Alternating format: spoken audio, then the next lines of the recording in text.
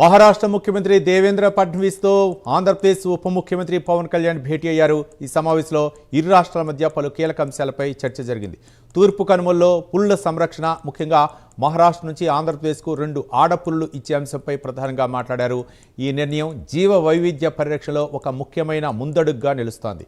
ఆంధ్రప్రదేశ్ ఉప ముఖ్యమంత్రి, పర్యావరణ, అటవీ శాఖల మంత్రి పవన్ కళ్యాణ్ ముంబైలో మహారాష్ట్ర ముఖ్యమంత్రి దేవేంద్ర ఫడ్నవీస్తో సమావేశమయ్యారు. ఈ భేటీ ఇరు రాష్ట్రాల మధ్య పరస్పర సహకారాన్ని పెంపొందించే లక్ష్యంతో సాగింది.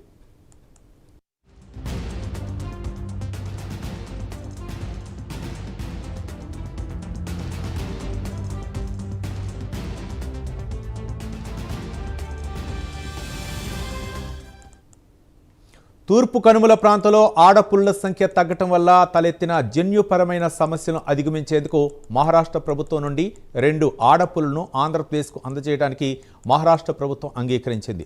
ఈ సందర్భంగా మహారాష్ట్ర ముఖ్యమంత్రికి పవన్ కళ్యాణ్ ప్రత్యేక కృతజ్ఞతలు తెలిపారు.